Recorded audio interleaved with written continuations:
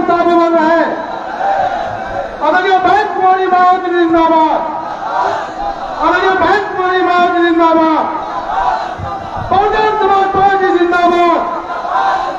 Bahujan Samaj party जिंदाबाद। BSP की क्या पहचान, बीएसपी की क्या पहचान। आदरणीय बहन कुमारी मायावती जिंदाबाद। आदरणीय बहन कुमारी मायावती जिंदाबाद। बीएसपी की क्या पहचान। सर समाज के सम्मान में, सर समाज के सम्मान में आदरणीय सतीश मिश्रा जिंदाबाद। हमारे सतीश मिश्रा जिंदाबाद।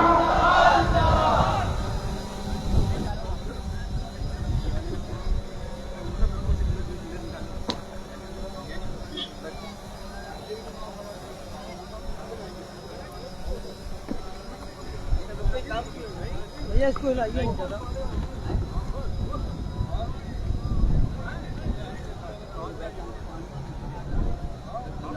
हमारे प्रत्याशी महोदय देवेंद्र सिंह जी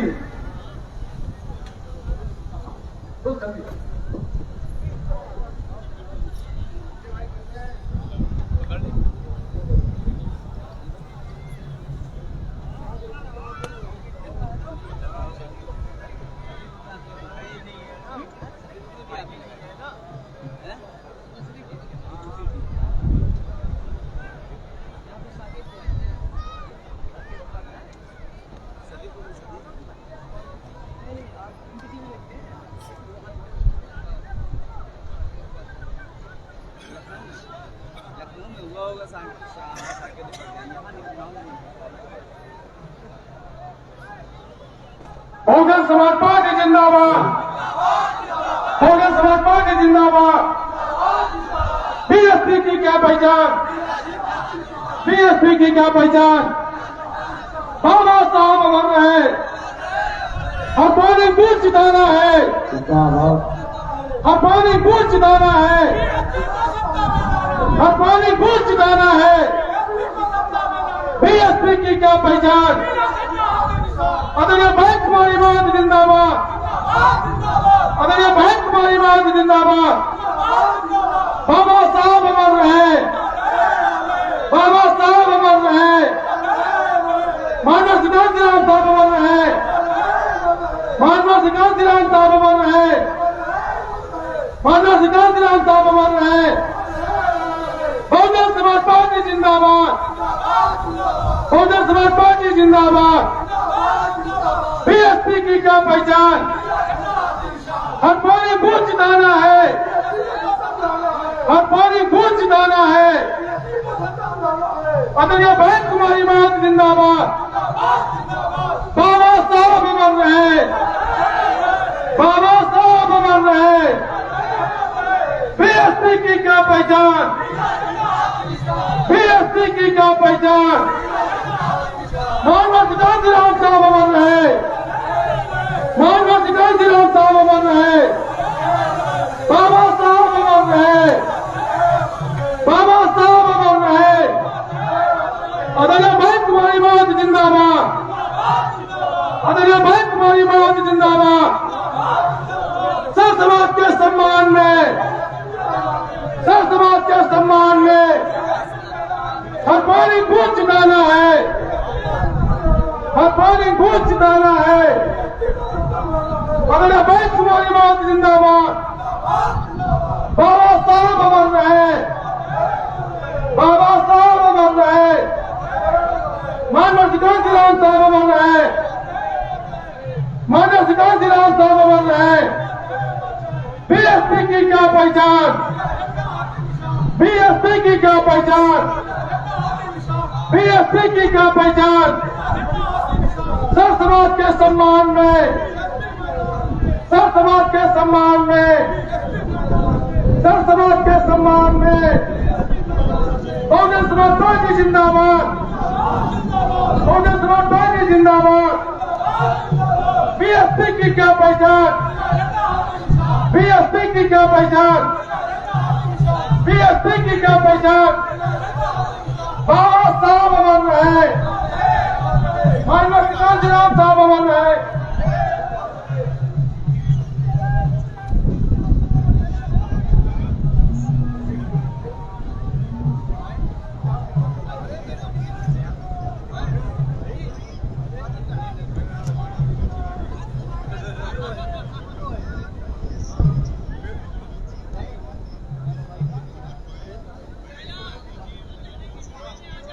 नैना गौतम जी, स्वागत जी, स्वागत जी।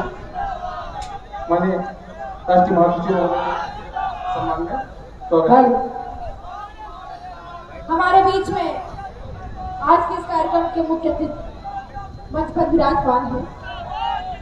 मैं उन्हें सादर प्रणाम करती हूँ और गीत निवेदित करती हूँ। इस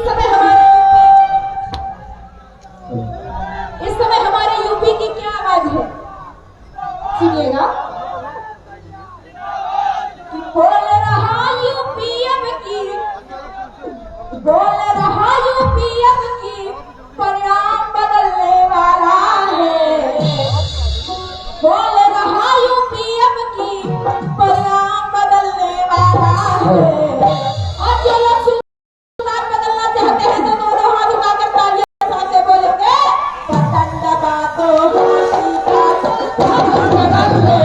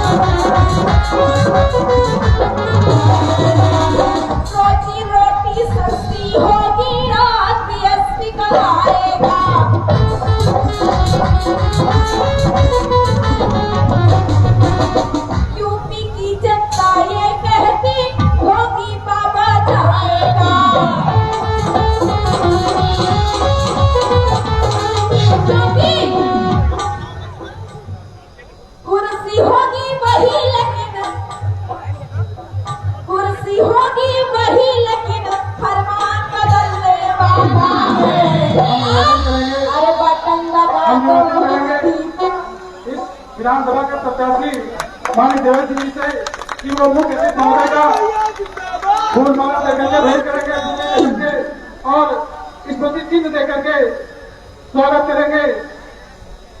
बड़े भाई धर्मेंद्र सिंह जी, फ्लैग फ्रॉम मियागंज। माननीय देवेंद्र सिंह जी प्रत्याशी महोदय भावी विधायक वो मुख्य अतिथि महोदय का मोमेंटो देकर के स्वागत करेंगे। और इसी कड़ी में बड़े भाई धर्मेंद्र सिंह जी ब्लॉक प्रमुख वो भी माननीय मुख्य अतिथि महोदय का स्मृति चिन्ह देकर के भेंट करेंगे और निवेदन करेंगे प्रत्याशी महोदय से कि भाई राजेंद्र गौतम जी मुख्य अतिथि बिहारी जी का भी कपिल मिश्रा जी को भी मोमेंटो देकर के भेंट करेंगे। साथियों भैया हिलाओ ना यार, सॉरी यार, दूसरा फ्रेम उठा रहे हैं ना मेरे दोनों से भी निवेदन है कि वो माननीय मुख्य अतिथि महोदय का अरे भाई हिलाओ ना यार, फूल माला देकर के हम नहीं लगाया है करेंगे। साथियों नहीं, वो चीज अलग की बात और भाई देवेंद्र सिंह जी माननीय रामदास गौतम जी को भी सुविधा के लिए ही चला रहे हैं, बाकी हमारा कोई रोल नहीं है इसमें। माननीय बस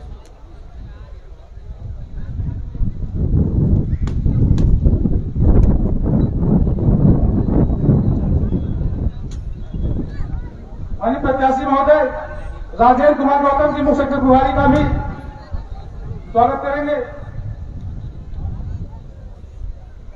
पंकज मिश्रा जी भी माननीय मुख्य अतिथि महोदय का बुके देकर के स्वागत करेंगे।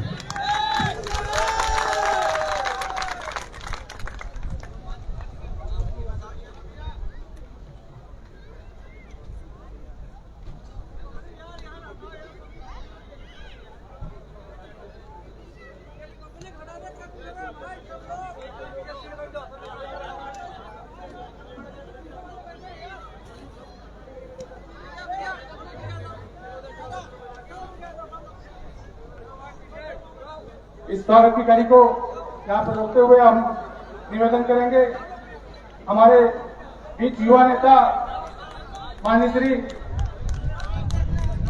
कपिल मिश्रा साहब कि वो आए और हम सबको अपने विचार देने का कष्ट करें।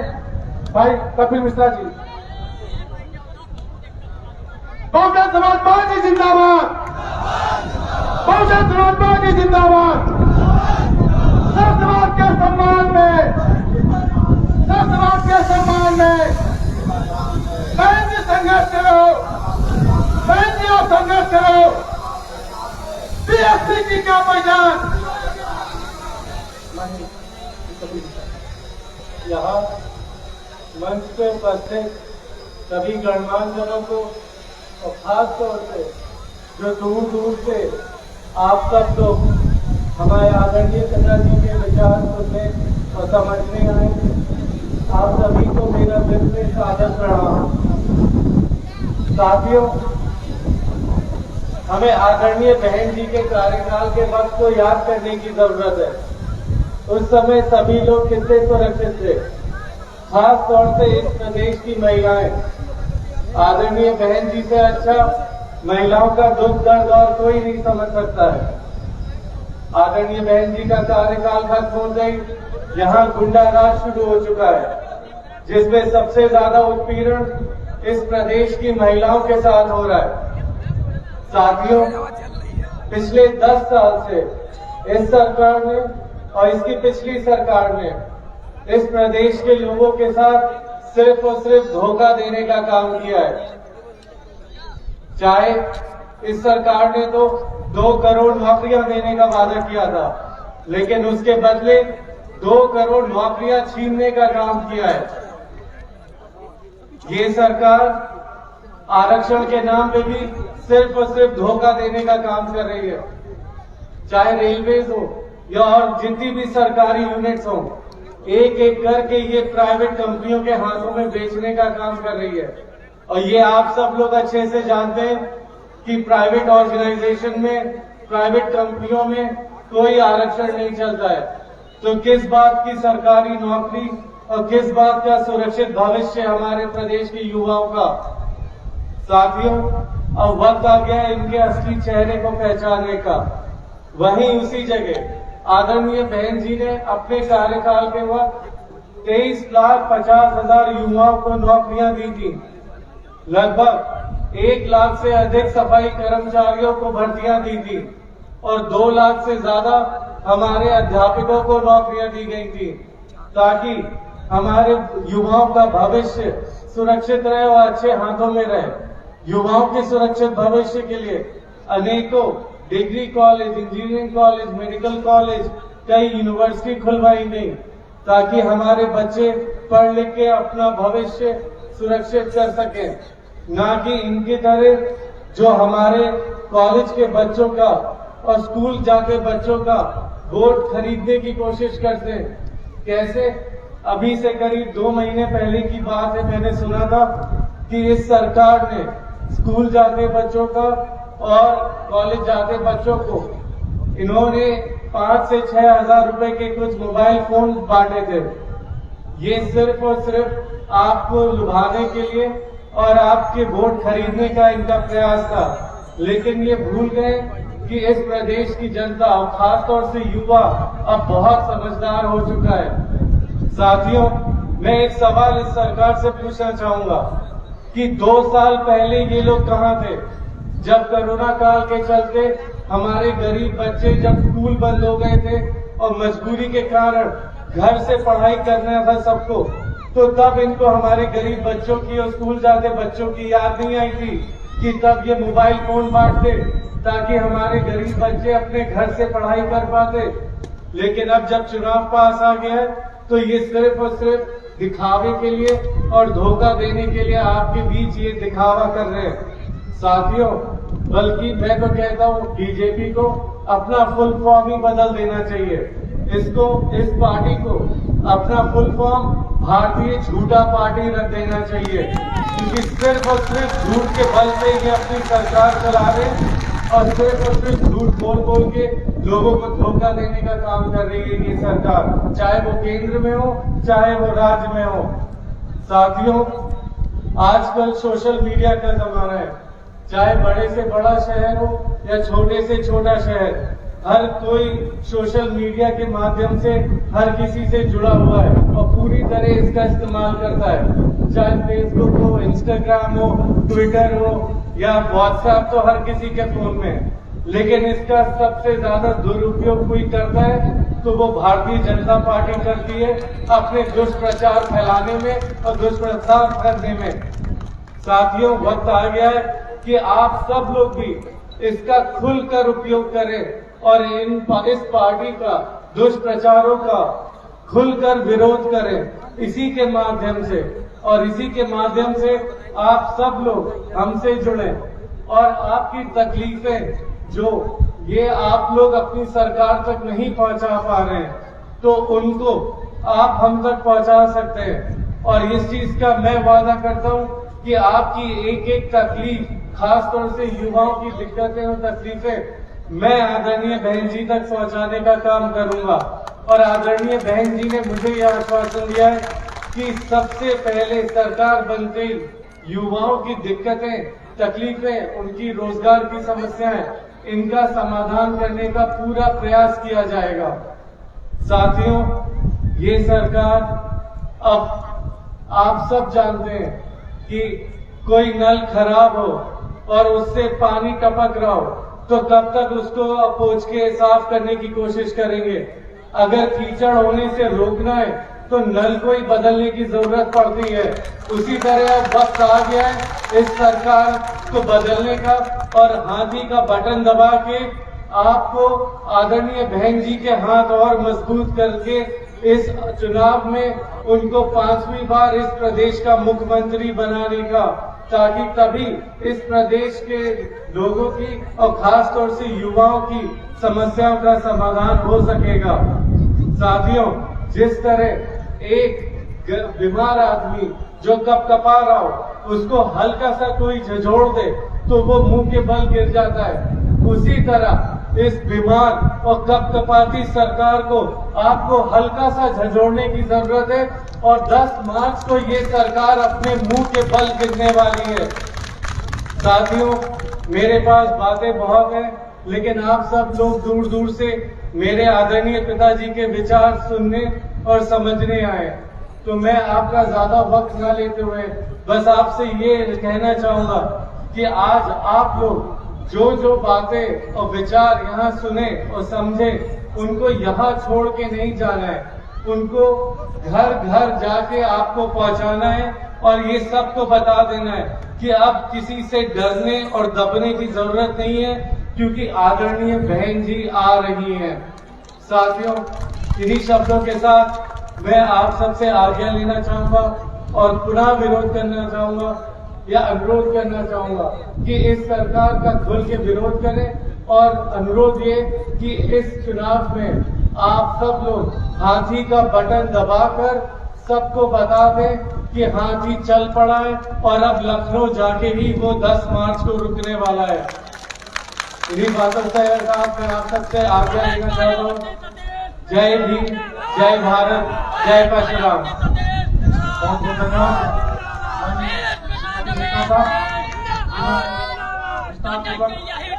ओम स्वस्ति स्वस्ति नूथा विश्ववेदाः स्वस्ति नस्तारिक्षो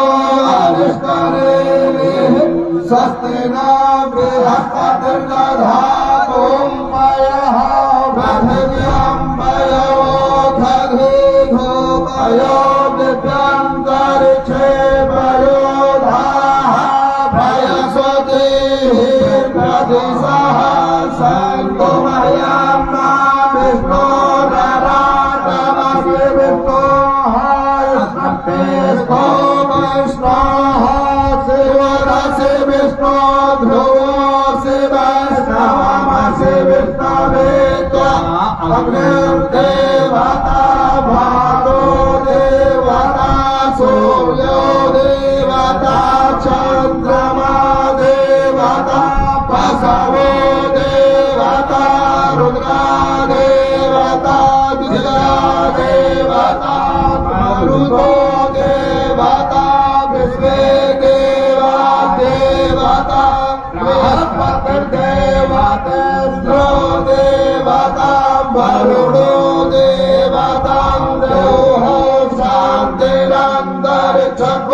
शांति पृथिवी शान्तिरापः शान्तिरोषधयः शान्तिः वनस्पतयः शान्तिर्विश्वे देवाः शान्तिर्ब्रह्म शान्तिः सर्वत्वं शान्तिः शान्तिरेव शान्तिः सामा शान्तिरेव। श्रीमन्महागणाधिपतये नमः। विजयी भव।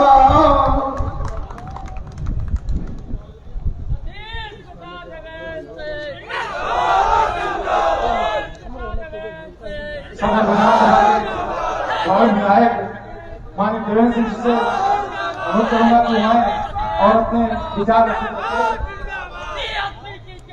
रखने का कहते हैं प्रत्याशी महोदय।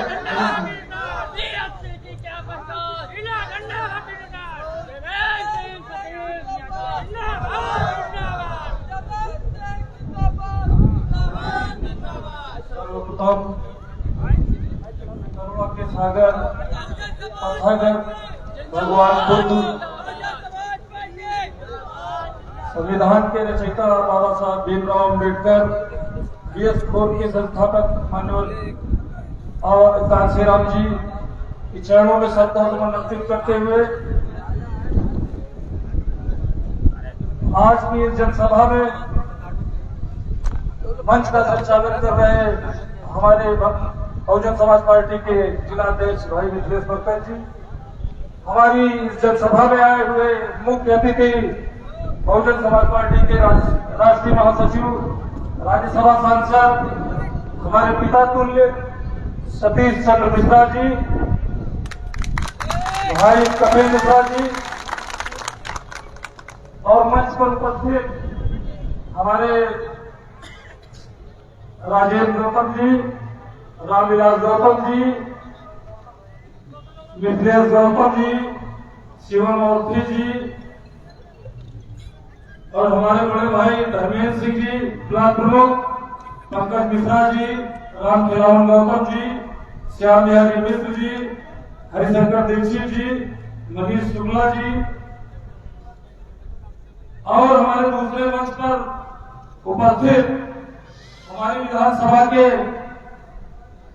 प्रकांड विद्वान ब्राह्मण, हमारे पिता तुल्य, इनके चरणों में नमन करता हूं और सारी विधानसभा से आए हुए हमारे बुजुर्ग माताओं बहनों और नौजवान साथियों का बहुत बहुत आभार, उनके चरणों में वंदन और अभिनंदन।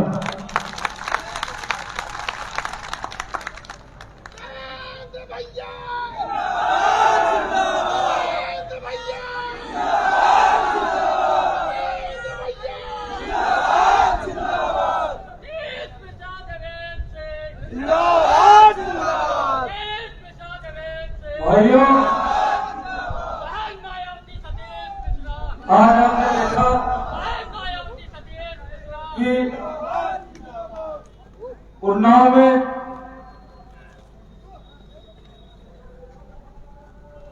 माननीय प्रधानमंत्री मोदी जी की रैली पूर्वा में है। साधनों का बहुत ज्यादा दिक्कत थी, प्रशासन ने भी काफी दिक्कतें खड़ी की हमारी जनता को यहां तक आने में। फिर भी बहुत लोग व्यापार समूह बता रहा है, इतनी दिक्कतें होने के बावजूद भी, कि आने वाले 23 मार्च को वोट के माध्यम से इनको करारा जवाब देना है। इनको ये गाड़ियां रोक सकते हैं, प्रशासन से गलत दुरुपयोग कर सकते हैं, मगर हमारे दिलों को नहीं जीत सकते।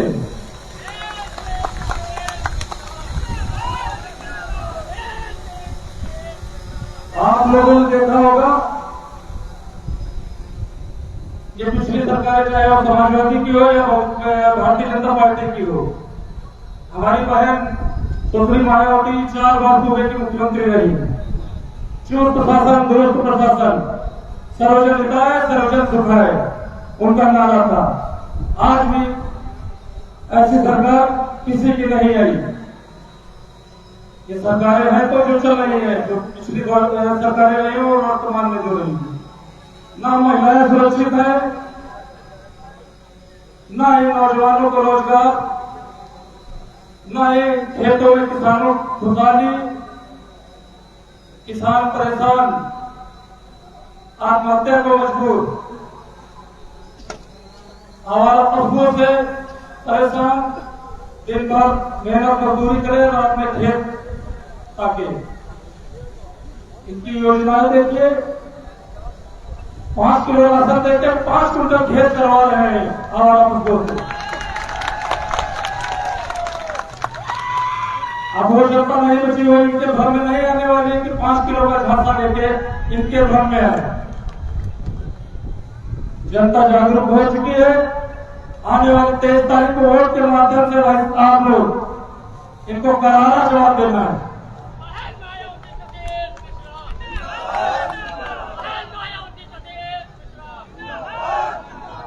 रही विकास के मुद्दे की बात, तो विकास आप लोग देख रहे हैं धरातल पे क्या है, सब कागज पे है। आप चाहे शहर का मुख्य मार्ग ले लीजिए, चाहे अनवर नगर की सड़क ले लीजिए, कब्बाखेड़ा की सड़क ले लीजिए, शुक्लागंज नगर का हमारे गंगा पुल ले लीजिए, सब बंद करा दिया, सारी सड़कें टूटी पड़ी।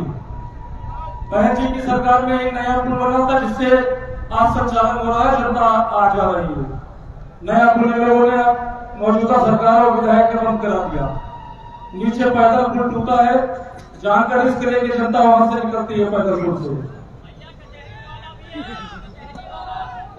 कचेरी वाला पुल भी बहन जी की सरकार में बना था। अरे आप काशीराम कॉलोनी के हाल देख लीजिए, कितना बुरा हाल है। अम्बेडकर गांव जितने लोग थे उनका देख लीजिए क्या हाल है। खासकर मुस्लिम एरिया में इन सरकारों में कोई काम नहीं किया गया, चाहे वो पाकिस्तान हो, अनवर नगर हो, चाहे जो भी मुस्लिम एरिया हो। तो आप लोगों से विनम्र अनुरोध है कि आने वाली 23 तारीख को हाथी वाला बटन दबा के अपने इस सपूत को विजयी बनाइए।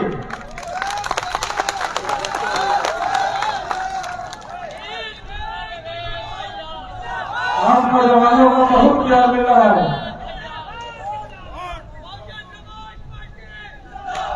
आप लोगों से यही निवेदन है कि 23 तारीख को ज्यादा से ज्यादा संख्या में और सुबह थानाबाद में वोट पड़ने, सारे काम बंद करके सारे अपने मोहल्ले के बूथ के एक एक नौजवान भाइयों से कह रहा हूं, सभी से एक एक वोट निकालने का काम करें।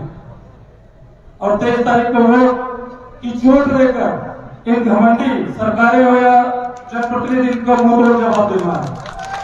धन्यवाद। जय हिंद, जय भारत।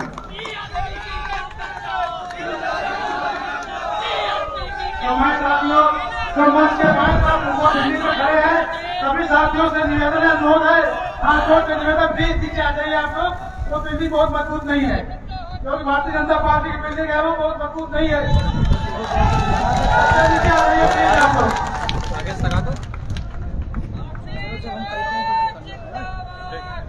हम निवेदन करेंगे इसी कड़ी में इस कार्यक्रम के मुख्य अतिथि बहुजन समाज पार्टी के राष्ट्रीय महासचिव माननीय श्री सतीश चंद्र मिश्रा साहब से कि वो आए और हम सबको अपना आशीर्वाद देने का काम करें, निवेदन करेंगे और जोरदार नारों से उनका स्वागत करेंगे। बहुजन समाज पार्टी जिंदाबाद।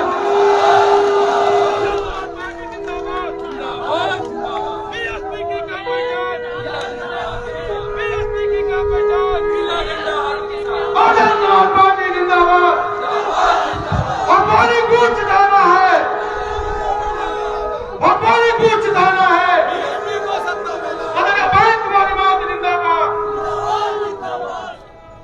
बहुजन समाज पार्टी के सभी सम्मानित नेतागण जो मंच पर उपस्थित हैं,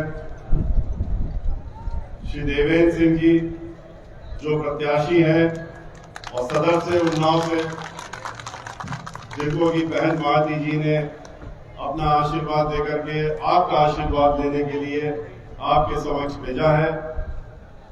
और जितनी भीड़ यहाँ पर आज दिख रही, जितनी अपार संख्या में लोग यहाँ पर आए हैं, उससे तो ये साफ जाहिर हो रहा है कि श्री देवेंद्र सिंह जो है कुछ ही दिनों के लिए प्रत्याशी है, उसके बाद वो सदर के एमएलए कहलाएंगे और नाम सदर के एमएलए कहलाएंगे।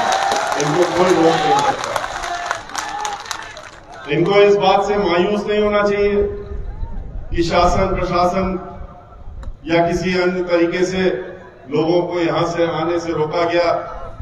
यहां पर जितने लोग आए हैं ये बता रहे हैं, ये संख्या बता रही है कि अब वो समय निकल गया कि किसी को रोकने और दबाने और डराने का समय चला गया। अब लोगों को डरने का समय आ गया है, क्योंकि बहन मायावती जी उत्तर प्रदेश की 5वीं बार मुख्यमंत्री बन करके आ रहे हैं। श्री राजेंद्र गौतम जी मुख्य सेक्टर प्रभारी लखनऊ मंडल, श्री रामविलास गौतम जी मुख्य सेक्टर प्रभारी लखनऊ मंडल, श्री मिथिलेश गौतम जी मुख्य सेक्टर प्रभारी लखनऊ मंडल, श्री शिवम अवस्थी जी, मिथिलेश पंकज जी जिलाध्यक्ष उन्नाव, श्री शिशुपाल सिंह जी, श्री धर्मेंद्र सिंह जी ब्लॉक प्रमुख, श्री विजेश शुक्ला, श्री पंकज मिश्रा जिला उपाध्यक्ष, श्री नूर हसन कोषाध्यक्ष, श्री राम खिलावन गौतम जिला सचिव, श्री श्याम बिहारी जी विधानसभा अध्यक्ष, श्री संतोष कुमार कपूर नगर अध्यक्ष, श्री वीरेंद्र गौतम बीबीएफ संयोजक, Shri Sanjay Shukla, Shri Harishankar Dixit, Shri Manish Shukla, Raja Mishra, Shri Umashankar Sharma, Shri Guddu Gautam advocate, Shri Devratan advocate, Sarvesh Kumar Sonkar advocate और अनेकों भारी संख्या में अन्य अधिवक्तागण जो यहाँ पर उनके साथ में आए हुए हैं। यहाँ पर उपस्थित बहुजन समाज पार्टी के सभी समर्थक जो इतनी बड़ी संख्या में आज यहाँ हैं, हमारी माताएं बहनें, मीडिया के साथियों और हमारी दाहिनी तरफ हमारे सब आदरणीय जिन्होंने मंत्रोच्चारण करके आशीर्वाद सभी को देने का काम किया है। भाइयों, आज हम लोगों के पास सिर्फ एक दिन बचा है, 24 घंटे के बाद आपका प्रचार प्रसार खत्म हो जाएगा और उसके बाद 2 दिन बाद चुनाव आ जाएगा। 23 तारीख को आपको अपना मतदान करना है और ये मतदान कोई मामूली मतदान नहीं है, ये बहुत ही महत्वपूर्ण मतदान है। ये ऐसा चुनाव है जिसमें कि आप जब 23 तारीख को हाथी का बटन दबाएंगे और हाथी का बटन दबा करके श्री देवेंद्र सिंह को जिताने का काम करेंगे तो आप अपना भविष्य भी बदलने का काम करेंगे और अपने साथ साथ आप अपना भविष्य भी बदलेंगे और अपने इस विधानसभा का, इस पूरे जिले का भविष्य बदलेंगे और आने वाली पीढ़ियों का भी भविष्य बदलेंगे। और इसी के ठीक विपरीत अगर आपने जरा सी चूक कर दी, अगर आप जरा सा चूक गए और आपसे गलती हो गई, उस दिन किसी भी कारण से आपसे या आपके साथियों से, रिश्तेदारों से, नातेदारों से, जिनकी जिम्मेदारी भी आप ही के ऊपर है, तो उसका पछतावा फिर आपको खाली 5 साल नहीं करना पड़ेगा, आपको ये जीवन भर करना पड़ेगा। क्योंकि 10 साल से आप पछता रहे हैं, 10 साल से आपके साथ धोखा हो रहा है और अब अगर 5 साल आप धोखे में चले गए तो उसके बाद सब खाने लायक नहीं रहेंगे। अभी इन्होंने सबका जीना हराम कर दिया है, सबका उठना बैठना हराम कर दिया है और सोचिए कि अगर अब की बार आप चूक गए तो अगले 5 साल के बाद ये क्या करने वाले हैं। ये भारतीय जनता पार्टी और समाजवादी पार्टी, ये दोनों ही पार्टियां एक ही के चट्टे बट्टे हैं, ये एक ही सिक्के के 2 पहलू हैं। ये एक साथ रणनीति बनाते हैं, एक साथ तय करते हैं कि कैसे क्या करना है, कैसे लोगों को आपस में भिड़ाना है, कैसे लोगों पर लाना है, कैसे दहशत फैलानी है, कैसे माहौल बिगाड़ना है, जिससे कि लोग इनके चक्कर में आ सके और इनके आपस में इनको दोनों को वोट मिल सके। इनको आम जनता की चिंता नहीं रहती है, इनको सिर्फ अपने वोट की चिंता रहती है और अपने वोट के लिए ये कुछ भी करवा सकते हैं। ये आपस में मिले रहते हैं, ये तो सभी ने देखा। 2003 में उत्तर प्रदेश में श्री मुलायम सिंह यादव जी की सरकार किसने बनवाई थी? भारतीय जनता पार्टी ने बनवाई थी, किसी से छुपा नहीं। 37 MLA बहुजन समाज पार्टी के लेकर के भारतीय जनता पार्टी के तत्कालीन जो अध्यक्ष थे विधानसभा के, उन्होंने उनका विलय कराने का काम किया था और एक गैर कानूनी आदेश से विलय करा करके समाजवादी पार्टी की सरकार बनवाने का काम किया था, जिसको कि कांग्रेस पार्टी ने भी अपना समर्थन देने का काम किया। और उसके बाद कितना उत्पात मचा उत्तर प्रदेश में, चारों तरफ गुंडागर्दी, माफियागर्दी। जो समाजवादी पार्टी की खासियत है कि जैसे ही समाजवादी पार्टी की सरकार आती है तो उत्तर प्रदेश में डकैती, फिरौती, गुंडागर्दी, माफियागर्दी, दहशतगर्दी, दंगा फसाद, लूटमार, बलात्कार, इन सब की छड़ी लग जाती है। और ये 2003 में भी लोगों ने देखा। वो बात दूसरी है कि उनकी सरकार को मुंह की खानी पड़ी। पूरा प्रदेश उनके उस कार्यकाल से उत्पीड़ित होकर के, और उसने फिर एक तरफा भाईचारा बना करके बहन मायावती जी ने जो नारा दिया उस समय, सर्वजन हिताय सर्वजन सुखाय का, जो हम लोग पूरे प्रदेश में घूमे और हम लोगों ने सब समाज के लोगों से और खास तौर से ब्राह्मण समाज के लोगों से ये कहा था कि भाईचारा बनाइए और भाईचारा बना करके एक साथ होकर के, एकजुट होकर के बहुजन समाज पार्टी के हाथ मजबूत करिए। और लोगों ने करने का काम किया और करने का काम किया, उस सरकार को उखाड़ फेंकने के काम किया और उसके बाद पूर्ण बहुमत की सरकार बहुजन समाज पार्टी की बनी। बहन मायावती जी ने सर्व समाज से कहा था कि हम हरेक का ख्याल रखेंगे, हम भाईचारा बना के रखेंगे, तो उन्होंने उसको अमली जामा भी पहनाने का काम किया। सिर्फ नारा नहीं दिया कि सर्वजन हिताय और सर्वजन सुखाय का, उस नारे को उन्होंने अमली जामा भी पहनाया। पूरे उत्तर प्रदेश में एक भाईचारा का माहौल बनाया और सर्व समाज को उसका हक देने का काम किया, चाहे वो कोई भी हो। ब्राह्मण समाज के लोगों को भी बढ़ चढ़ करके उन्होंने सम्मान दिया। जिन्होंने बढ़ चढ़ करके अपना वोट बहुजन समाज पार्टी को देने का काम किया था, याद करिए, उन्होंने एक दो नहीं 45 लोग अगर जीत करके आए थे तो 15 कैबिनेट मंत्रालय देने का काम किया था। 1 दर्जन से ज्यादा ब्राह्मण समाज के लोगों को एमएलसी बनाया था, विधान परिषद का अध्यक्ष बनाया, उन्होंने विधान परिषद में नेता भी बनाने का काम किया था ब्राह्मण समाज के। एक आधा दर्जन उन्होंने लोकसभा और राज्यसभा में ब्राह्मण समाज के लोगों को एमपी बनाने का काम किया और वहां पर भी उप नेता बनाने का काम किया था। राज्यसभा में उन्होंने हमको पिछले 18 वर्षों से अपना नेता बना के रखा है पार्टी का। ब्राह्मण समाज को मान सम्मान देते हुए उन्होंने ये काम भी करने का काम किया। उन्होंने इतना ही नहीं, जहां सब समाज को दिया, ब्राह्मण समाज जो कह रहा था कि मेरे पास मैं तो हाशिए पर पहुंच गया हूं, 2007 के पहले उनको सम्मान देते हुए उन्होंने 4000 से ज्यादा सरकारी वकील भी ब्राह्मण समाज के बनाने का काम किया था। चाहे उच्च न्यायालय हो, चाहे इलाहाबाद हो, चाहे लखनऊ हो, और चाहे उन्नाव की अदालत हो, चाहे पूरे जिले प्रदेश की अदालतें हो, 4000 से ज्यादा लोगों को उन्होंने वकील बनाने का, सरकारी वकील बनाने का काम किया। और ऐसा नहीं कि खाली ब्राह्मण समाज को कर दिया, उन्होंने अपर कास्ट समाज में से हर समाज को आगे बढ़ाया। उन्होंने अल्पसंख्यक समाज के लोगों को, उनको भी उसी अनुपात में मंत्री बनाने का काम किया, उनको भी सम्मान देते हुए उनको भी हाथ उनके भी मजबूत करने का काम किया। दलित समाज को तो देने का काम किया ही किया, पिछड़ा वर्ग को भी जितना बढ़ावा बहन मायावती जी ने दिया, किसी ने नहीं दिया जो 2007 से 12 और उन्होंने सब समाज का उत्थान करने के लिए हर तरफ विकास का काम किया, लड़ाई झगड़े नहीं करवाए, विकास का कार्य किया। उन्होंने जहां 29,500 डॉक्टर अम्बेडकर ग्राम का समग्र विकास करने का काम किया, उन्होंने जहां 23 नए जिले बना करके पूरे जिले का उन्होंने समग्र विकास करने का काम किया।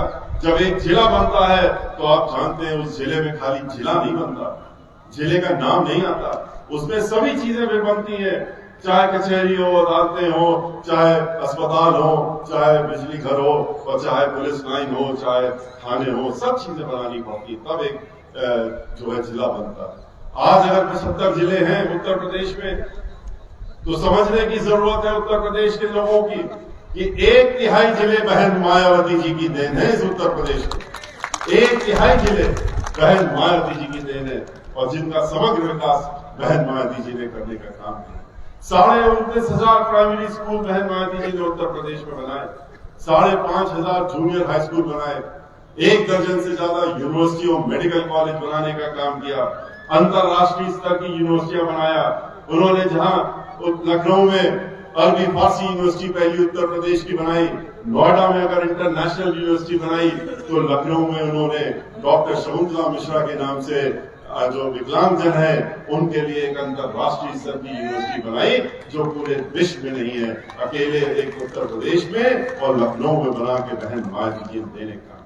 जहां आज पूरे देश के, उत्तर प्रदेश के नहीं पूरे देश के विकलांगजन आते हैं और पढ़ रहे हैं, 20,000 से ज्यादा लोग वहां पर पढ़ाई कर रहे हैं और आगे चल करके अपना सम्मान पूर्वक अपना जीवन भी व्यतीत करने का काम कर रहे हैं। ये बहन मायावती जी की देन है। बहन मायावती जी ने जहां उत्तर प्रदेश पूरा अंधकार में था, 6,500 मेगावाट की बिजली का उत्पादन होता था, 17 वर्षों से एक भी कारखाना नहीं लगा था, उन्होंने 1 दर्जन कारखाने लगाने की योजना बना के और आधे कारखाने अपने रहते पूरे भी करके और 6,500 मेगावाट से बिजली बढ़ा करके उन्होंने 13,500 मेगावाट बिजली बनाने का काम किया। जिस तरीके से समाजवादी पार्टी की सरकार को लोगों ने देखा था 2003 से 7 में उखाड़ के फेंका था, उसके बाद जब दोबारा वो 2012 में आई तो उससे बड़ा उत्पाद पैदा करा, उससे ज्यादा उन्होंने आगे बढ़ करके लोगों पर नुकसान पहुंचाने का काम किया। जितनी लूट खसोट पहले करते थे, अब की बार तो पूर्ण बहुमत की सरकार थी, तो इसलिए पूरी तरीके से उन्होंने लूटने का काम किया और हर तरफ डकैती, फिरौती और बलात्कार, हर तरह की चीजें लोगों को देखने को मिली। एक दो नहीं, 134 दंगे उत्तर प्रदेश में समाजवादी पार्टी ने अपनी सरकार में कराने का काम किया। बहन मायावती जी की सरकार में एक भी दंगा फसाद नहीं हुआ। अयोध्या का निर्णय आया लेकिन कहीं पर कुछ नहीं हुआ, पूरे देश में कर्फ्यू लगा रहा, लेकिन बहन मायावती जी ने उत्तर प्रदेश में जो बच्चों के स्कूल होते हैं उनको भी बंद नहीं होने दिया था और पूरा सुकून से प्रदेश चलता रहा। लेकिन ये दंगे होते नहीं है, दंगे कराए जाते हैं और दंगे अकेले नहीं होते, इसके लिए साथी चाहिए होता है और समाजवादी पार्टी के साथी दंगा कराने के लिए भारतीय जनता पार्टी के रूप में होते हैं। वो लोग मिल करके योजना बनाते हैं। अभी आपने देखा, पहले भी देख चुके हैं, किस तरह समाजवादी पार्टी के जो मुखिया श्री मुलायम सिंह यादव जी पार्लियामेंट के अंदर खड़े होकर के चुनाव के पहले कह रहे थे कि मोदी जी को आशीर्वाद दे रहे थे और कह रहे थे कि पार्लियामेंट जीत करके आइए और इस देश के प्रधानमंत्री बनिए, हमारा आपको आशीर्वाद है। और उसके बाद देखा आप लोगों ने किस तरह से लखनऊ में श्री अखिलेश यादव जी और श्री मुलायम सिंह यादव जी और बाकी उनके परिवार के लोग भारतीय जनता पार्टी के साथ में नेताओं के साथ में और मुख्यमंत्री के साथ में बैठक कर रहे थे। अभी हाल में भी देखा आपने, 1 महीने पहले की भी बात नहीं है, चुनाव जब घोषणा हुई उसके ठीक 3 दिन पहले की बात है, किस तरीके से श्री मुलायम सिंह यादव जी और आरएसएस के मुखिया श्री भागवत जी, जो वो लोग बैठ करके दिल्ली में अखबारों में फोटो छपी, मीडिया में छपी, यूट्यूब और हर जगह पड़ी हुई आप भी देख सकते हैं, किस तरीके से आपस में बैठ करके और उत्तर प्रदेश के चुनाव के लिए कि कैसे अब रणनीति बनाई जाए वो तैयारी कर रहे थे। और ये दिखाता है कि ये लोग एक साथ हैं, एक ही सिक्के के 2 पहलू जो हम कहते हैं बार बार, ये साबित करता है। इनका असली चेहरा आपको पहचानने की जरूरत है। एक तरफ बहन मायावती जी जो कानून द्वारा कानून का राज चलाती थी और एक तरफ भारतीय जनता पार्टी जो खाली डराने धमकाने का काम करती है, कहती है कि हम तो मार देंगे, हम तो इनकाउंटर कर देंगे और बड़े खुश होते हैं ये बताते हुए कि हमने 100 से ज्यादा ब्राह्मणों के इनकाउंटर कर दिए, 500 से ज्यादा ब्राह्मणों की हत्याएं हो गई। दलित समाज के बताते हैं, बहुत खुश होते हैं कि किस तरह से हमने उनका उत्पीड़न किया है, किस तरह से उनकी बहु बेटियां सुरक्षित नहीं रही है, किस तरह से उन्नाव में समाजवादी पार्टी के मंत्री के बेटे के घर से एक दलित समाज की बेटी की हत्या होने के बाद, उसके साथ में दुराचार होने के बाद में उसकी बॉडी मिली, ये सबने देखा। ये उन्नाव जिले का हाल है। तो ये दोनों लोग एक ही तरह का काम करते हैं, एक ही तरह से कानून चलाते हैं, एक ही तरह से इनका कार्यकाल चलता है। भारतीय जनता पार्टी में ये फर्क है कि वो झूठ बहुत बोलते हैं, वो इतना खुलेआम झूठ बोलते हैं और इतनी सफाई से झूठ बोलते हैं कि लोगों को अपने बरगलाने का काम कर लेते हैं, लोगों को बेवकूफ बनाने का काम करते हैं और उसके बाद उनका वोट लेने का काम करते हैं। वोट लेने के बाद उनको किनारे कर देते हैं। एक बार नहीं अनेकों बार देखा। 15 लाख रुपए हर एक के खाते में जाएंगे, ये वादा किया था इन्होंने, वोट दे दो, हमको देश का प्रधानमंत्री बना दो, 15 लाख रुपए हर एक के खाते में चले जाएंगे। कहां गए 15 लाख? वो किसी के खाते में आए? नहीं आए। फिर कहते हैं तो जुमला है, 2 करोड़ लोगों को नौकरी दे देंगे। नौजवानों से कहा कि आ जाओ हमारे साथ में, तुम लोग बेरोजगार हो, अपना वोट दे दो और हम तुमको रोजगार दे देंगे। उन्होंने भी वोट दे दिया। उसके बाद क्या मिला? उनको लाठियां मिली, डंडे मिले, सर फोड़ दिया गया, सर से खून निकला जब आंदोलन किया। और सलाह क्या दी गई? कहा गया कि तुमको हम नौकरी तो नहीं दे सकते, लेकिन हम तुमको सलाह दे सकते हैं कि जाओ पढ़े लिखे हो और पकौड़ा बेचने का काम करो, पकौड़ा बेचो जाकर। ये सलाह देने का काम किया उन्होंने नौजवानों को। और क्यों नहीं नौकरी दे सकते? ये बात तो आपके सामने अभी कपिल मिश्रा ने कही थी कि सारे सार्वजनिक उपक्रम जितने थे, जहां जहां नौकरियां मिलती हैं, जहां जहां नौकरियां हो सकती हैं, उन नौकरियां जहां से मिलती हैं लोगों को, उनको तो बेचने का काम कर दिया। उनको लोगों के हाथ में बेच दिया। किसके हाथ में बेच दिया? अपने चाहते उद्योगपतियों के हाथ में। जो 2-3 उद्योगपति इनके हैं, पूरा देश उनके हाथ में बेच दिया। एक एक करके, चाहे बिजली घर हो, हवाई जहाज बनाने कंपनी हो, तेल निकालने तेल बनाने कंपनी हो, और चाहे रेलवे हो, चाहे बैंक हो, चाहे लाइफ इंश्योरेंस कॉर्पोरेशन हो, और अब तो बैंकों में भी घोटाला करके, बड़े बड़े घोटाले करके, घोटालेबाजों के यहाँ पे बैंक को बेचने का काम करते हैं। अभी 3 दिन पहले 25,000 करोड़ का घोटाला एक और निकला है, और उनसे भी इन्होंने कह दिया कि तुम्हारे आधे दर्जन साथी बाहर विदेश में है, घोटाला करके जो चले गए हमारे कहने से, तुम भी वहां चले जाओ। और इस तरीके से उनके हाथ में पहले घोटाला करवाते हैं और फिर उन्हीं को बेचने का काम करते हैं। नौकरी फिर कहां से मिलेगी?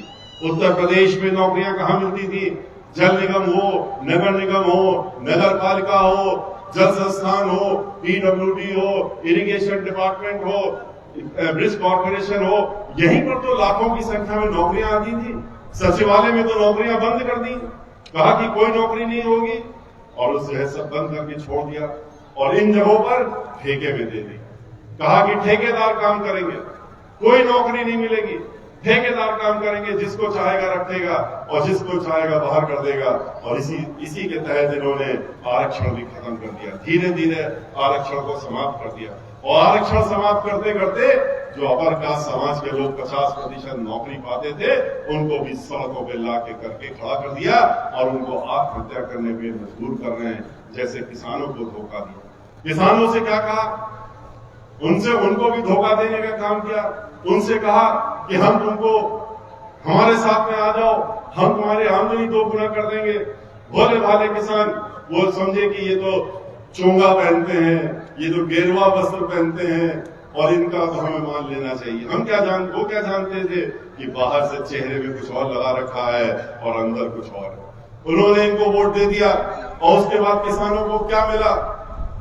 जैसे कि देवेंद्र सिंह जी कह रहे थे, किसान आज आत्महत्या करने के लिए मजबूर हो रहा है, खाली अपनी रात दिन भर काम करता है और रात में खेत में बैठ करके इनके छुट्टा साणों को भगाने की कोशिश करता है, उनसे जानवरों से अपने को बचाने, खेत बचाने की कोशिश करता है। और उसमें कितने लोग घायल भी हो गए, कितने लोग मर भी गए। इतना ही नहीं, कहा था कि 2 गुना आमदनी कर देंगे। क्या 2 गुना आमदनी कर दी? 25 रुपए गन्ना का दाम पिछले महीने बढ़ाया, 1 महीने पहले चुनाव जब घोषणा हो गई, उस समय 25 रुपए का दाम बढ़ाया। 5 साल तक सुध नहीं आई और गन्ने का दाम 25 रुपए बढ़ा करके कहते हैं हमने बहुत बड़ा काम कर दिया। 35 रुपए बढ़ाया था इसके पहले समाजवादी पार्टी ने अपनी सरकार में। लेकिन ठीक इसके विपरीत बहन मायावती जी, उन्होंने तो किसानों से ये नहीं कहा था कि हम आमदनी 2 गुना कर देंगे, लेकिन किसान उनके दिल में बसते हैं। किसान की समस्या वो समझती हैं जैसे हर गरीब उनके दिल में बसता है, और उसकी समस्या वो समझती है, चाहे वो किसी वर्ग का हो, किसी जात, किसी धर्म का हो। इसी प्रकार किसानों की भी समस्या समझती है। और उन्होंने अपनी सरकार में 125 रुपए क्विंटल का जो दाम था उसको बढ़ा करके 2 गुना करके 250 रुपए करने का काम बहन मायावती जी ने किया और 250 रुपए पहुंचाने का काम किया। इनकी तरह नहीं कि दाम तो नहीं बढ़ाए, 4 काले कानून जरूर ले आए। ऐसे काले कानून लेकर के आए जिसमें कि किसान को मजबूरन अपनी जमीन भी इनको देनी पड़ जाए, और किसको देनी पड़े, इनके जो वही उद्योगपति, जो चुनिंदा उद्योगपति हैं, उनको पट्टे में उनको जमीन देनी पड़े। और किसान इस बात को समझ गया कि एक बार पट्टे में हमने दे दिया और ये जमीन इनके पास चली गई। ये वो उद्योगपति हैं जिन्होंने इनको हजारों करोड़ रुपया चंदा दिया है, चुनाव लड़ने के लिए देते हैं और आज भी दे रखा है। तो उनको अगर हमने दे दिया तो उसके बाद हमें जमीन जिंदगी भर वापस नहीं मिलेगी। इसीलिए पूरे प्रदेश में ही नहीं, पूरे देश में किसान आंदोलित हुआ। पार्लियामेंट के अंदर बहुजन समाज पार्टी, हम लोगों ने भी बीएसपी की तरफ से किसानों की बात उठाई, उनके लिए बात रखी, लेकिन पार्लियामेंट के बाहर भी आंदोलन किया पर इनको कोई असर नहीं हुआ। 700 किसानों की बलि चढ़ गई, 700 किसानों ने शहादत दे दी, उनकी मृत्यु हो गई। उसपे भी इनको चैन नहीं मिला, उसपे भी इनको सुकून नहीं आया, फिर भी कानून वापस नहीं लिया। और उसके बाद क्या किया, वो सबने देखा कि 4 किसानों को गाड़ी के नीचे कुचल करके और मंत्री के लड़के के गाड़ी से कुचलवाने का काम इन्होंने लखीमपुर में करने का काम किया। 1 दर्जन से ज्यादा लोग घायल पड़े, हम तो गए थे वहां पर अगले ही दिन। 1 दर्जन से ज्यादा लोग घायल पड़े जो कि अपंग हो गए, पूरे जीवन भर अपंग रहेंगे। उनको उन्होंने कुचल करके मारने का काम किया, इस आंदोलन को खत्म करने की कोशिश की। लेकिन अब किसान जो था उसने ये भी सह लिया। फिर कब इन्होंने वापस लिया, जब किसानों को इन्होंने धोखा में फिर से रखा, कहा कि हम तुम्हारे मुकदमे वापस ले लेंगे, इस काले कानून को वापस लेंगे और अपना तुम इसको आंदोलन को वापस ले लो। उन्होंने आंदोलन वापस ले लिया। इन्होंने तो कानून वापस लिए लेकिन मुकदमे वापस नहीं लिए। जो न्यूनतम पैसा मिलना था किसानों को, उसके लिए कानून लाने का वादा किया था, वो भी नहीं लाए। और 1 हफ्ते बाद ही इनके खुद के मंत्री, जो उसी विभाग के मंत्री हैं, उन्होंने नागपुर में भाषण देते हुए कहा कि ये अभी तो चुनाव का हमारे ऊपर दबाव आ गया, चुनाव आ गए इसलिए हम इसको वापस ले रहे हैं। और इसको वापस हम मजबूरन में ले रहे हैं। इसको हम जैसे ही चुनाव खत्म हो जाएगा, इसको हम फिर से लाने का काम करेंगे और फिर से किसानों को ऊपर थोपने का काम करेंगे।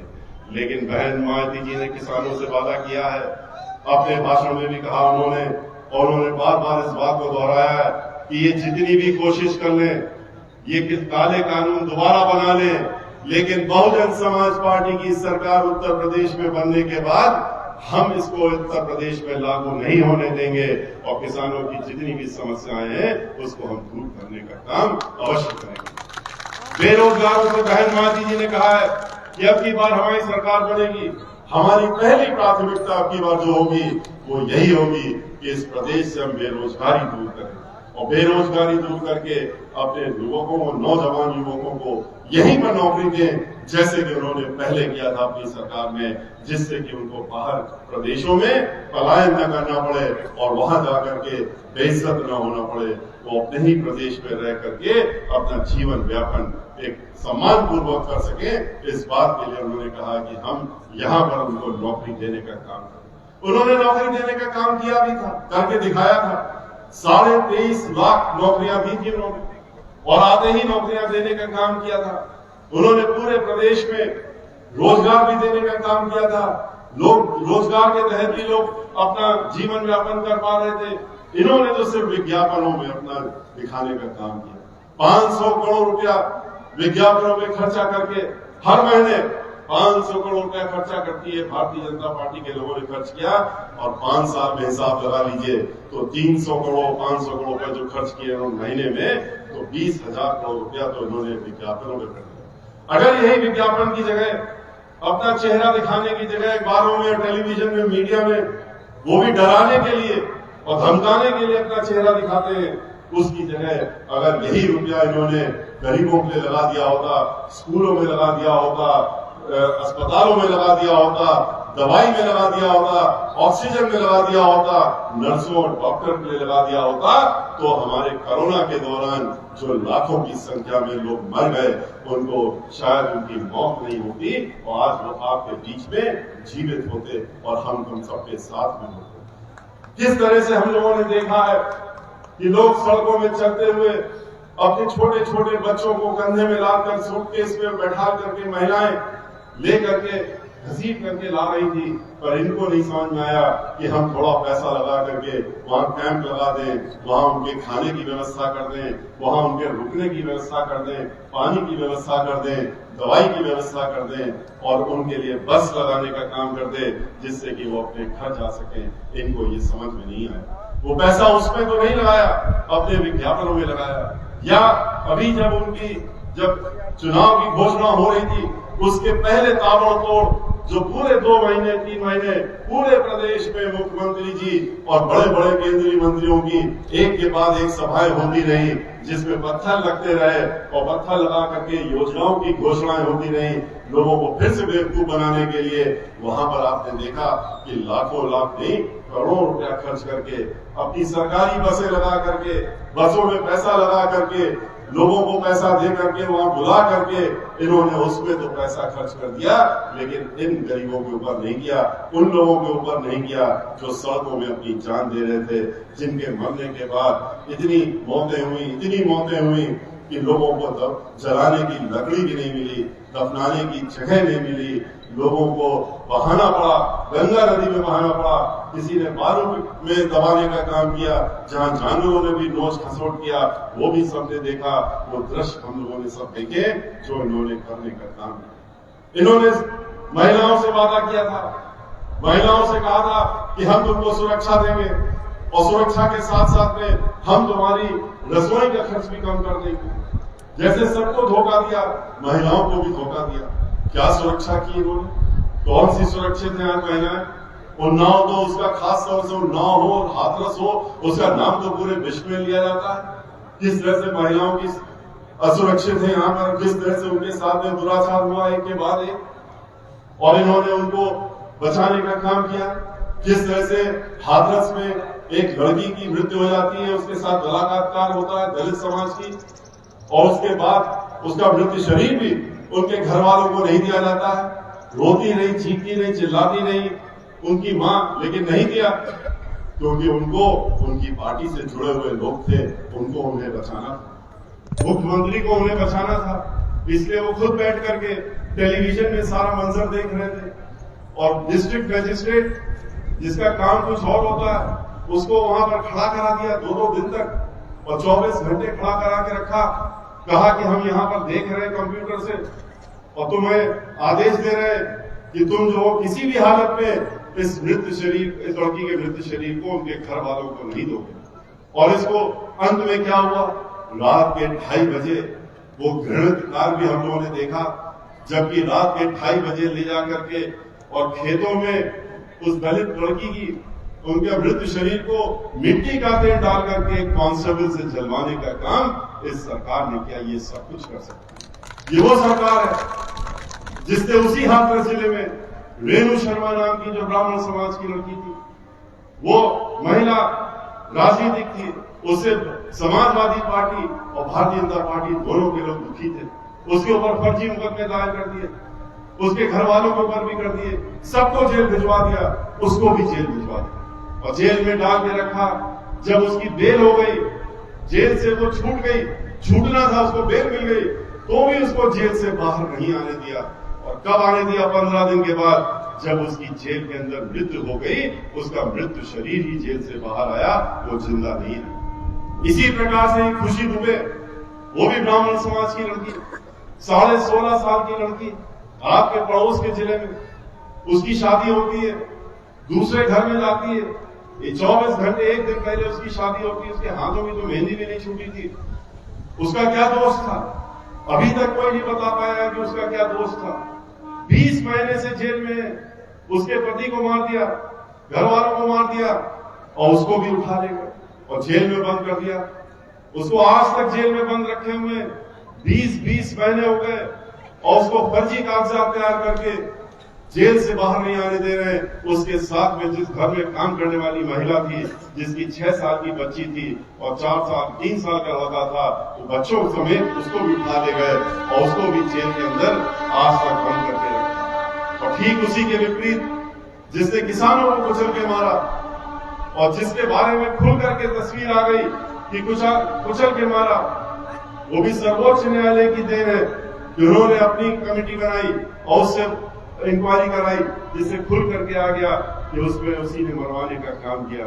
तो मंत्री को भी बैठा रखा अपने बगल में, मंत्री पद से नहीं हटाया और 4 महीने के अंदर बेल हो जाती है।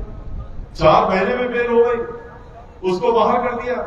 खुशी दुबे इतनी बड़ी दुर्दांत अपराधी है जो कि 24 घंटे उस घर में आई थी खाली, उसको जेल में बैठा रखा हुआ, आज तक बंद कर रखा हुआ। क्या इंतजार हो रहा है? इस बात का इंतजार हो रहा है कि एक दिन खबर रेणु शर्मा की तरह खुशी दुबे के बारे में भी मिले, जिससे उसका भी मृत शरीर जेल से बाहर आने का काम हो। इस बात का इंतजार हो। लेकिन आपको हम वादा करते हैं, आने दीजिए बहुजन समाज पार्टी की सरकार, बनने दीजिए बहन मायावती जी को उत्तर प्रदेश का मुख्यमंत्री, और आप दिन नहीं गिन पाएंगे और इतने कम दिनों के अंदर महीने की बात छोड़िए, इन सब लोगों को न्याय मिलेगा और खुशी दुबे को भी न्याय मिलेगा और वो भी जेल से बाहर आएगी। उसके साथ में जो न्याय हुआ है वो न्याय मिलने का काम बहुजन समाज पार्टी की सरकार में। ये लोग कहते हैं महिलाओं को सुरक्षा देना, ये हम नहीं कह रहे हैं, इनकी खुद की रिपोर्ट एनसीआरबी की रिपोर्ट होती है, जो सरकारी रिपोर्ट होती है। एनसीआरबी की रिपोर्ट में लिखा हुआ है कि उत्तर प्रदेश में हर 2 घंटे में एक महिला के साथ में दुराचार और बलात्कार हो रहा है। ऐसा प्रदेश, ऐसी सुरक्षा इन्होंने उत्तर प्रदेश की महिलाओं को प्रदान कर रखी है और कहते हैं सुरक्षा देंगे। महिलाओं की रसोई का दाम कहां से कहां पहुंचा दिया। कहते थे कि हम तुम्हारी रसोई आधे दामों में करा देंगे, इतना ऐसा खुशहाल कर देंगे माहौल। इन्होंने धीरे धीरे जो गैस का सिलेंडर था उसको 200 से बढ़ा करके 1200 पहुंचाने का काम कर दिया। उन्होंने हर चीज की महंगाई बढ़ाने का काम कर दिया। डीजल और पेट्रोल के दाम 100 के ऊपर कर दिए तो हर चीज के दाम बढ़ ही जाएंगे। जहां 50 रुपए में रसोई चलती थी, आज वहां 100 रुपए में भी, 500 रुपए में भी नहीं चल रही है। ऐसी इन्होंने स्थिति उत्तर प्रदेश में लाने का काम किया। ये वो सरकार है जो खाली सिर्फ और सिर्फ झूठ के बल पे चलती है। झूठे वादे, झूठे लुभावने वादे, एक ऐसा मुखौटा, धर्म के नाम पे मुखौटा, कभी देश के नाम पे मुखौटा, कभी किसी और बात को लोग के आपस में लड़ाने का नाम, धर्म लोगों के बारे में बात करके काम करने का काम करते हैं। लेकिन आज धीरे धीरे उत्तर प्रदेश की जनता इनकी असलियत पहचान चुकी है, इनका चेहरा जान चुकी है, उनका मुखौटा अब उखड़ के बाहर आ गया है। आज पूरे उत्तर प्रदेश में एक तरफा बहुजन समाज पार्टी की तरफ क्यों लोग उठकर खड़े हो गए हैं, सब समाज के लोग उठ खड़े हुए हैं। और 10 तारीख को जो चुनाव हुआ था, 14 को जो चुनाव हुआ था और आज 20 तारीख को भी जो चुनाव पड़ रहे हैं, जो अभी तक की खबर हमारे पास है, वो एक तरफा बहुजन समाज पार्टी के पक्ष में वोट हर जगह पड़ रहे हैं और पूर्ण बहुमत की सरकार अगली बार उत्तर प्रदेश में बनाने से कोई रोक नहीं सकता। इसलिए आपको भी इन सब बातों को ध्यान में रखने की जरूरत है। आपको सोचना है कि आपको कैसा व्यक्ति चाहिए। एक ऐसा व्यक्ति चाहिए जो आपके जिले में लूटमार कर रहा हो, जो आपके जिले में हर चीज में अपना सौदा कर रहा हो, चाहे वो गंगा नदी के किनारे बालू खनन का मामला हो, उसमें भी पैसा कमा रहा हो, जिसने पुल बंद करा दिया, जो पुल हम लोगों ने बनवाने का काम किया था, जिसने कि पूरे उन्नाव का हाल बेहाल कर दिया। क्या हालत है सड़कों की, क्या हाल है खेतों में, खलिहानों में किसानों की, क्या हाल है पूरे इस जिले की, ये किसी से नहीं छुपा है। किस तरह से लोगों के साथ में व्यवहार हो रहा है यहाँ पर, हर वर्ग के साथ में, वो सबने देखा। आपको दलालों की एक दलाल को चुनना है, आपको ऐसे माफिया को चुनना है जो कि यहाँ पर दहशत फैलाने का काम करे, या आपको अपने छोटे भाई देवेंद्र सिंह को जिताना है जो कि आपके अपने हैं और आपके बीच में रहते हैं। और खाली ये नहीं बल्कि इनका पूरा परिवार, पूरा का पूरा परिवार अपना पूरा समर्पित है लोगों के बीच में और दिन रात आपके बीच में घूम करके, चाहे वो जो भी हो, हर वर्ग के लोगों के साथ में, हर धर्म के साथ में, हर एक के साथ में उठने बैठने का काम करते हैं। और खास तौर से गरीबों को, जो गरीब लोग हैं, जो बहन मालती जी जिनके ऊपर खास ध्यान देती हैं, जब जब उनकी सरकार आती है उस पर उनके साथ में ये खास तौर से इनका व्यवहार एक बहुत ही अच्छा और सबके साथ में उठने बैठने का, उनकी दुख सुख में खड़े होने का रहता है। बहन मालती जी ने उत्तर प्रदेश में आपने देखा, एक दो नहीं लाखों की संख्या में मानवर काशीराम जी के नाम से उन्होंने लोगों को आवास, मुफ्त आवास देने का काम किया। ये भारतीय जनता पार्टी वाले, समाजवादी पार्टी वाले, कांग्रेस पार्टी वाले ये जाते हैं दलितों के घरों में, ये जाते हैं गरीबों के घर में उनका मजाक उड़ाने के लिए, उनकी झोपड़ी में जा करके मीडिया के लोगों को जाते हैं और फोटो खिंचवाते हैं, कहते हैं देखो हम खाना खा रहे हैं, इनके साथ खाना खा रहे हैं, मजाक उड़ाते हैं उनका। और खाना भी कौन सा खाते हैं, जो ये अपने 5 सितारा होटल से पहले बनवा करके वहां भिजवा देते हैं, उसको ये पहले वहां पहुंचाने के बाद और बर्तन भिजवाते हैं, उसमें ये खाना खाने का काम करते हैं। बहन मायावती जी इस तरह का दिखावा नहीं करती। बहन मायावती जी झोपड़ी में नहीं जाती है उनके साथ खाना खाने के लिए।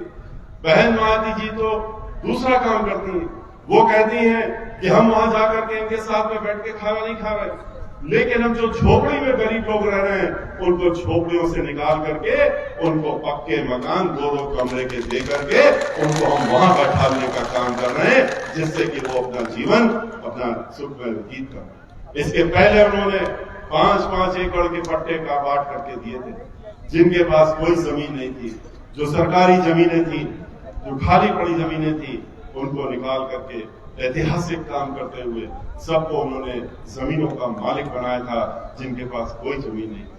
अपनी पिछली सरकार में मकानों का मालिक बनाया, और जो लगभग 80 लाख मकान उत्तर प्रदेश में उसी प्रकार के बन रहे थे, उसको पहले समाजवादी पार्टी ने और फिर भारतीय जनता पार्टी के लोगों ने आकर के उनको बंद करा दिया और रुकवाने का काम किया। जितनी भी योजनाएं बहन मायावती जी द्वारा थी उन सबको इन्होंने आकर के रोकने का काम किया, और खाली अपने लिए रोक अपना भ्रष्टाचार में लिप्त होकर के अपने कुछ सगे संबंधी, कुछ खास लोगों को बंटवारा करके और हर चीज आपस में बांटने का काम किया।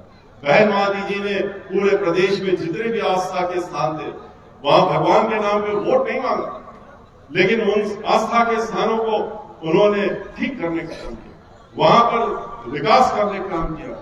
वृंदावन जाकर के देख लीजिए, 550 करोड़ रुपए खर्च करके पूरे वृंदावन का स्वरूप किसी ने अगर बदला तो वो बहन मायावती जी ने बदला।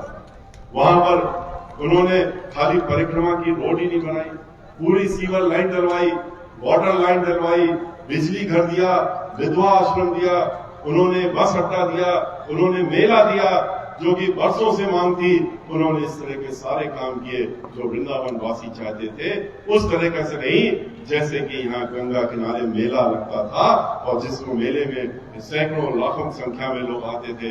हम भी जब कानपुर में रहते थे, कानपुर में पैदा हुए, उसके बाद अपने बचपन में जब हम लोग आते थे उस मेले में हम लोग भी आते थे, लेकिन आज वो मेला बंद हो गया है। आज इस सरकार ने उस मेले को बंद कराने का काम कर दिया है। ये वो सरकार है जो अयोध्या के नाम पे वोट मांगती है, राम के नाम पे वोट मांगती है, लेकिन आप देखिए तो जाके अयोध्या में क्या किया है। 2.5 साल हो गए सर्वोच्च न्यायालय का निर्णय आए हुए और वहां नींव तक नहीं बनाई है इन्होंने, और लाखों करोड़ रुपया अयोध्या के नाम पे इन्होंने इकट्ठा कर लिया, लाखों लाख करोड़ रुपया इकट्ठा किया, पहले भी किया, बाद में भी किया, और सरकार से भी खजाना निकाल के किया। आखिर कहां गया वो रुपया? हम 23 जुलाई को जब अयोध्या गए थे तो हमने ये बात वहां से कही, हमने कहा ये तो बता दो कि वो 4 ईंटें जो लगाई थी 1.5 साल पहले यहाँ पर दिखाने के लिए कि हम तो न्यू बनाने जा रहे हैं, भूमि पूजन कर रहे हैं, वो ईंटें कहाँ गई? वो भी सरयू नदी में इन्होंने बहाने का काम किया था। अयोध्या में भी अगर कोई काम हुआ था, चाहे वो सीवर लाइन डालने का काम हो, चाहे पानी की लाइन डालने का काम हो, चाहे वहां पर परिक्रमा की जो सड़क थी उसका चौड़ीकरण करके ठीक करने का काम हो, चाहे सरयू नदी का जितना तट है उसको ठीक करने का काम हो, और चाहे वहां सीवेज ट्रीटमेंट प्लांट बनाने का काम हो, ये सारा का सारा बहन मायावती जी की सरकार में 2007 से 12 के बीच में हुआ था।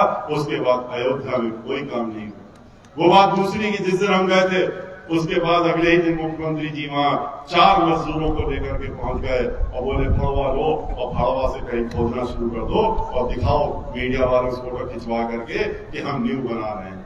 न्यू बनाना शुरू कर दिया। तो ये वो लोग हैं जिन्होंने राम को भी एक वोट की स्थिति बना करके, वोट की वस्तु बना करके और उनको लेके घूमने का काम किया। हम लोग उनको ईश्वर का नाम देते हैं, हम लोग अपने दिल में रखते हैं, हम लोग अपने पूजा घर में रखते हैं, हम लोग उनकी पूजा पाठ करते हैं। हम लोग उनको लेकर के वोट के नाम पे नहीं घूमते, हम लोग उनके नाम पे रुपया नहीं मांगते। ये तो यही करते हैं। और इसके साथ साथ में राम का नाम जब लेते हैं, सीता का नाम कभी नहीं लेते। क्या इनको नाराजगी महिलाओं से, क्या दिक्कत है, ये आज तक भारतीय जनता पार्टी के लोग नहीं बता पाए। हम लोग जय सीताराम कहते हैं, हम लोग किसी से भी मिलते हैं तो सीताराम करके बात करते हैं। ये खाली राम का नाम लेते हैं, और वो भी राम का नाम कैसे लेते हैं, ललकारते हुए लेते हैं। जबकि भगवान श्री राम जो है उनसे ज्यादा मर्यादा पुरुषोत्तम और सौम्य व्यक्ति कोई शायद हुआ ही नहीं होगा, और उनको भी ये ललकारने वाला बना के छोड़ दिया है। देखिए कैसे हम लोगों ने, हमारी सरकार थी, सीता जी बिठूर में, आपके पड़ोस में बिठूर है, बिठूर में जाके रुकी थी, रही थी। लव कुश वहां थे, वहां वाल्मीकि जी का आश्रम था। हम लोगों ने जाकर के और बिठूर का समग्र विकास किया। वहां 150 करोड़ रुपए खर्च करके हमने अपनी देखरेख में किया था, और उसको करके पूरे क्षेत्र का विकास किया था।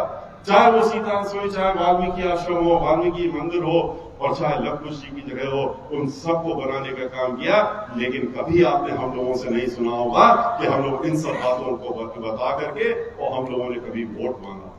हम लोग वोट इसमें नहीं मांगते, पर इनके पास कुछ है ही नहीं, इनके पास कुछ कहने के लिए नहीं है, इनकी मजबूरी है।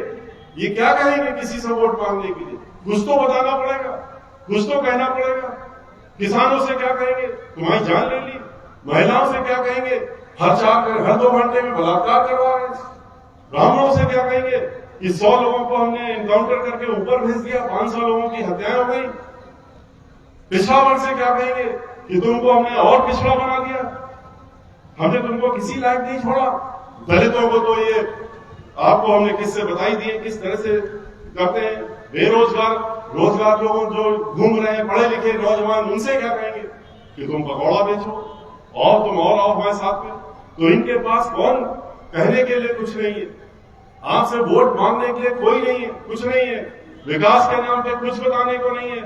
सिर्फ विनाश की बात अगर इनसे आप सुनना चाहते हो तो छाती ठोक करके पूरे प्रदेश में क्या क्या विनाश किया है ये बताने का काम ये जरूर कर सकते हैं। और इसीलिए हम लोग कहते हैं कि इनके झूठों से आपको सावधान रहने की जरूरत है, इनके झूठे वादों से आपको सावधान रहने की जरूरत है।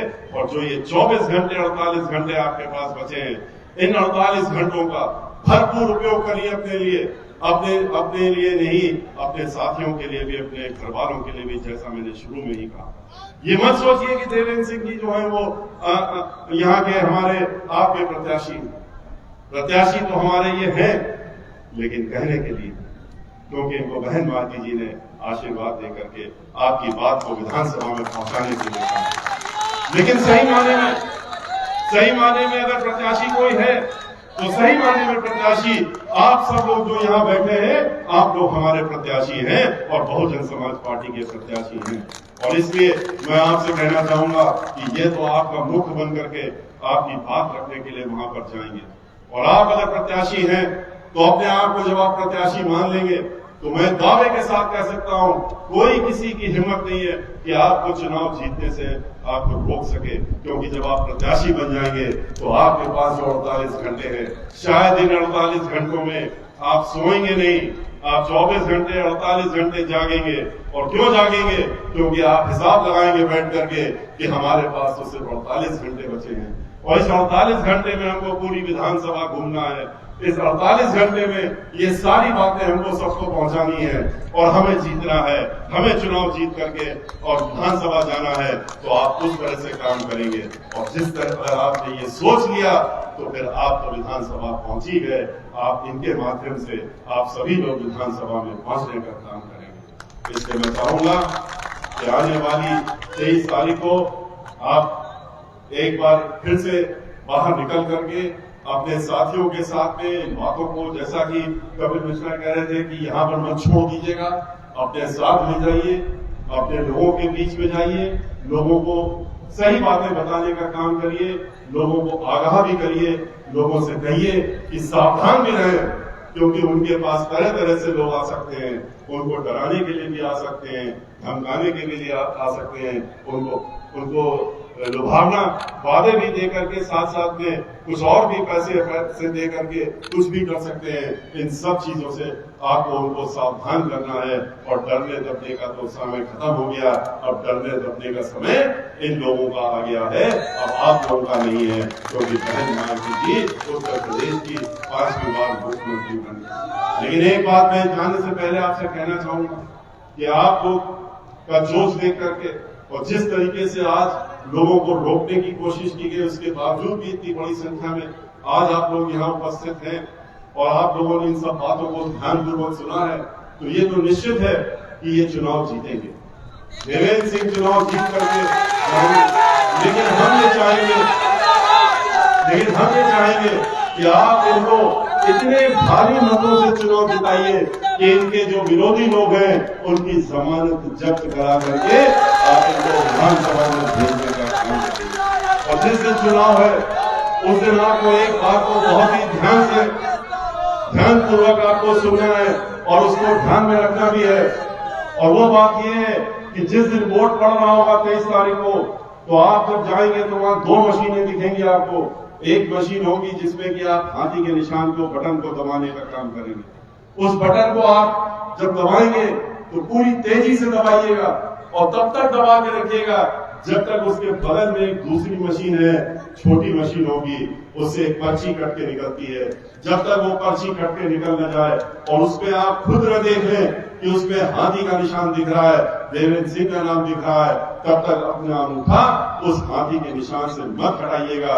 क्योंकि अगर आप पर्ची गलत निकली है तो इसके मतलब वोट गलत पड़ गया है, और गलत पड़ गया अगर आपने हाथ हटा दिया तो मशीन बंद हो जाएगी। फिर वहां का कर्मचारी जिसको आप आवाज दे करके बुलाएंगे कि देखो ये मशीन खराब है, वो आकर के भी कुछ नहीं कर सकता, आपसे सिर्फ कहेगा कि आपने अंगूठा हटा दिया, अब हम आपकी मदद नहीं कर सकते हैं। इसलिए अंगूठे को बहुत तेजी से हाथी के निशान पे दबा के रखिएगा जब तक ये हाथी का चिंगाड़ पूरे कमरे में सुनाई न दे जाए, तब तक आप हाथी के निशान से दबा के। ये हाथी जो चला है 10 तारीख को, ये हाथी जो 10 तारीख को चला है नोएडा से निकल करके, पश्चिम से निकल करके और 14 को आगे बढ़ते हुए आज 20 तारीख को जहां जहां वोट पड़ रहे हैं वहां से बढ़ते हुए 23 तारीख को आप यहां से होते हुए ये बहुत अपनी उसने रफ्तार बढ़ा दी है, बहुत तेजी अपनी चाल कर दी है। और तेज चाल से ये पूरे लखनऊ उत्तर प्रदेश घूमने के बाद ये लखनऊ 10 मार्च को जब पहुंचेगा तो वहां पर 10 मार्च को तभी रुकने का काम करेगा जब बहन मायावती जी को उत्तर प्रदेश का 5वीं बार मुख्यमंत्री बना देगा, तभी वो वहां पर रुकने का काम करेगा। इसलिए इन सब बातों को कहते हुए मैं आपसे अपनी बात समाप्त करते हुए आपसे विदा लेता हूँ। जय भीम, जय भारत, जय पंजाब।